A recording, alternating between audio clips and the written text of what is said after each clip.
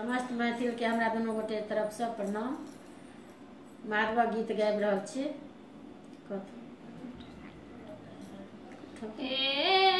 हर हमर रहु केने दिया गहना, हे हर हमर रहु केने दिया गहना, लक्ष्मी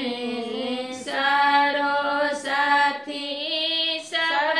मिली पहिरथि, लक्ष्मी सरस्वती सब मिली पहिरथि, राम मोतीक गहना, हे हर हमर रहु केने दिया गहना, हे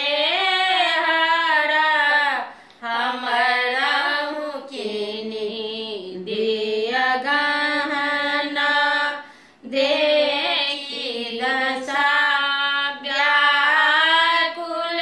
गौरी के, देखी दशा व्याकुल गौरी के,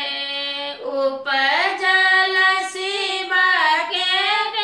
करुणा, हे शिव हमर रहु केने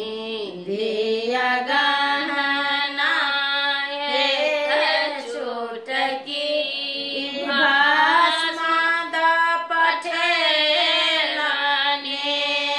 एक छोटकी भस्म द पठौनी,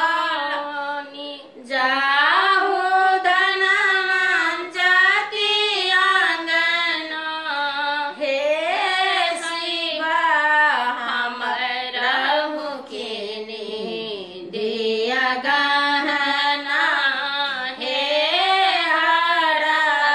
हमर रहु केने दिया गहना, भस्म देखी झुझुआय दनन अपति, भस्म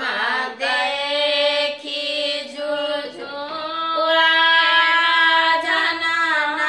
पति, जाहु कुबेरक अंगना,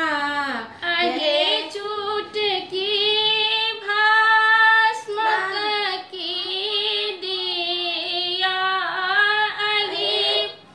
भस्म समतुल दिया की, लो जाऊ सबटा ओहिना, हे हर हमर रहु केने दिया गहना, हे हर हमर रहु केने दिया